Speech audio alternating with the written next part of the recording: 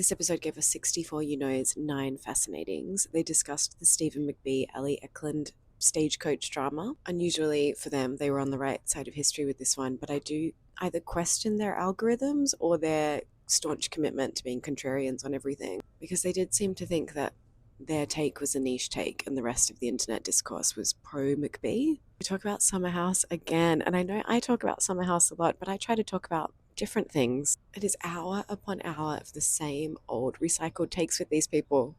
Nick, still shocked that there aren't more people empathizing with Amanda. Why can't people at least understand how she's gotten to this point? A person who has over the years talked about her desire to settle down and have a family. Huh? Natalie says, well, the leaked reunion clips are not exactly helping people to empathize with her. And Nick's like, she's got everyone coming for her in the reunion. Maybe she's making bad decisions because she doesn't want to feel alone. She just wants to feel validated. It's very relatable and humanizing. By way of a reminder of what mansplaining looks like, Nick very proudly and confidently puts forth this position. He is certain, like he's thought about it, and he's certain that Sierra is going to look back on saying that West is her person and think, I can't believe I felt that. Nick thinks that she'll get that clarity in future. Every single episode now he's trying to defend Amanda, and he says that he's just connecting the dots. So he says again, I can connect the dots. She's been married for 10 years. She's scared of entering the dating world. She's a celebrity, which makes dating even more difficult.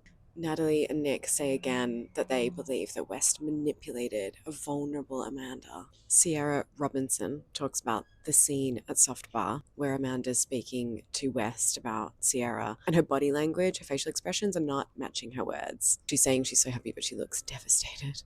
Nick gets it. Nick thinks that's her being a really empathetic good friend, and he can see that because he is like that. He's that guy, he's that friend. He gets so invested in his friends' relationships. So if he sees his friend making bad decisions, he's going to feel disappointed and sad for them. Nick, we've heard him do this before. He hates the term pick me because he willfully misunderstands what it means. He says, I hate the word pick me because, hey, I'm a pick me. I wanted to be picked. We all like to be chased.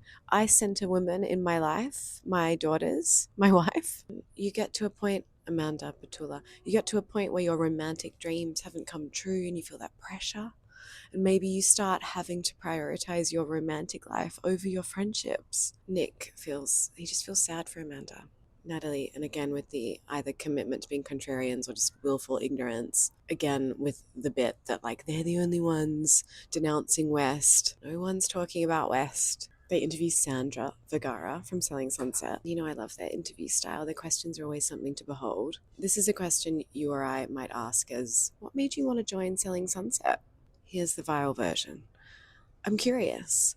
Before you were on the Selling Sunset cast, you've worked in entertainment, you've worked as an e-news correspondent, you've done some acting as your own.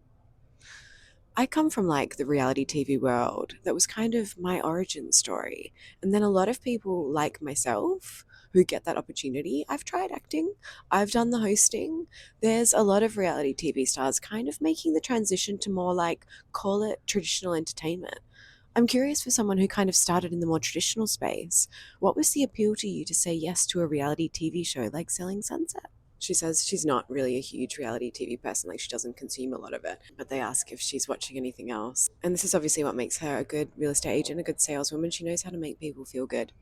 She Googled them before she arrived because she says that her favorite reality TV show ever, hands down, is Age of Attraction. It's the best show she's seen.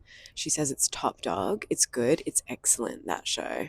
Nick's like, oh, what did you love about it? Just had it. Well, you two. You two were incredible.